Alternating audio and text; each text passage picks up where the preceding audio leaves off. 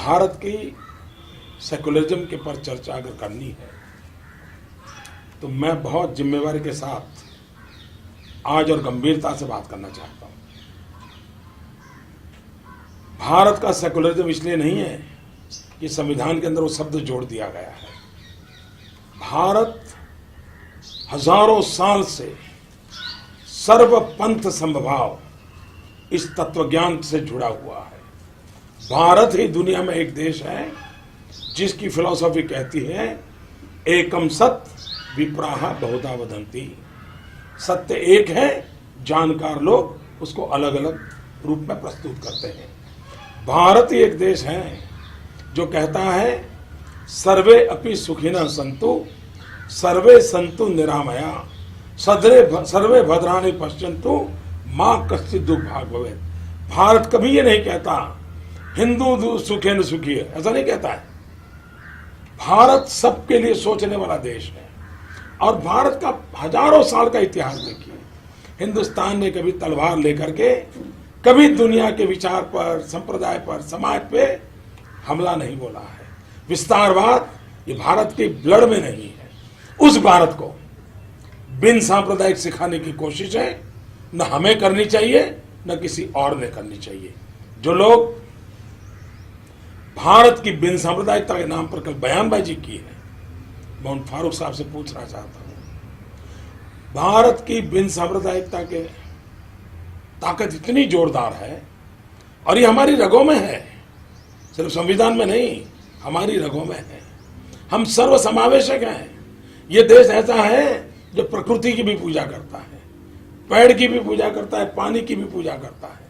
यहां कोई पराया हो ही नहीं सकता। पूरे ब्रह्मांड को अपना मानता है, पूरे विश्व को परिवार मानता है। ये समाज है और उस समाज में अगर इस प्रकार की भाषा बोली जाए, कभी कभार कोई घटना घटे या किसी का बयान आ जाए, क्या हिंदुस्तान का सेकुलरिज्म इतना रद्दी है क्या कि कोई एक बयान दे तो खराब हो जाएगा?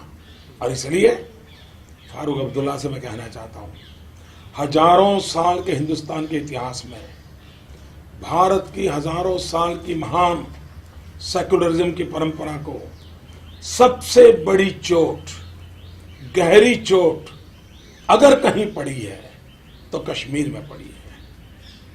और वो भी श्रीमान फारूक अब्दुल्ला जी आपके पिताजी की राजनीति के चलते हुआ है। श्रीमान फारूक अब्दुल्ला जी आपकी राजनीति के चलते हुआ है। श्रीमान फारूक अब्दुल्ला जी आपके बेटे की राजनीति के चलते हुआ है। इस देश में कश्मीर एक ही है जहां से पंडितों को धर्म के आधार पर निकाल दिया गया।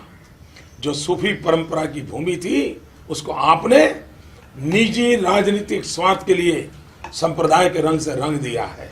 और इसलिए आप कोई बयान करने वालों को, मोदी को वोट देने वालों को दरिया में डुबोने की बात करते हो, पहले आपके पिताजी, आपका बेटा कश्मीर की राजनीति को सारी दुनिया में कौमी रंग देने का पाप कश्मीर की धरती पर आपने किया है।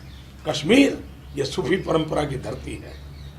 कश्मीर ये सर्वसमावेश की धरती थी, उसको ये दाग लगाने का काम आपने किया है। आपको शोभा नहीं देता है इस प्रकार की बयानबाजी। और अगर डूबना है तो किसने डूबना चाहिए? जरा दर्पण में अपना चेहरा देख लो। आपके पिताजी का चेहरा दर्पण के सामने खड़ा कर करके ये सवाल पूछो कि कश्मीर के पंडितों को वहां से खदेड़ देने वाले लोग किस मुंह से देश को बिन सांप्रदायिकता के उपदेश दे रहे हैं?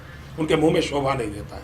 हम चुप हैं, इसका मतलब ये नहीं है कि जो चाहे वो भारत की हजारों साल की महान सांस्कृतिक विरासत को आए दिन चोट पहुंचाते रहे।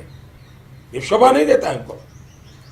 हम आज भी हमारे संस्कारों के कारण, हमारे ब्लड के कारण, राजनीति के कारण नहीं, राष्ट्रभक्ति के कारण कहते हैं भारत सर्वपंथ समभाव का मार्ग ही भारत के लिए श्रेष्ठ मार्ग है। वोट बैंक की राजनीति नहीं, विकास की राजनीति ही भारत के लिए श्रेष्ठ है।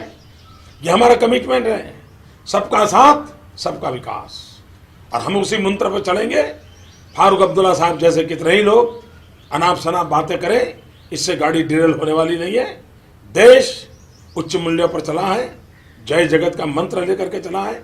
वसुधैव कुटुंबकम का लक्ष्य चलाए, कुर्वन्तो विश्व मारियम का मंत्र लेके चलाए, उससे कभी डिगने वाला नहीं है।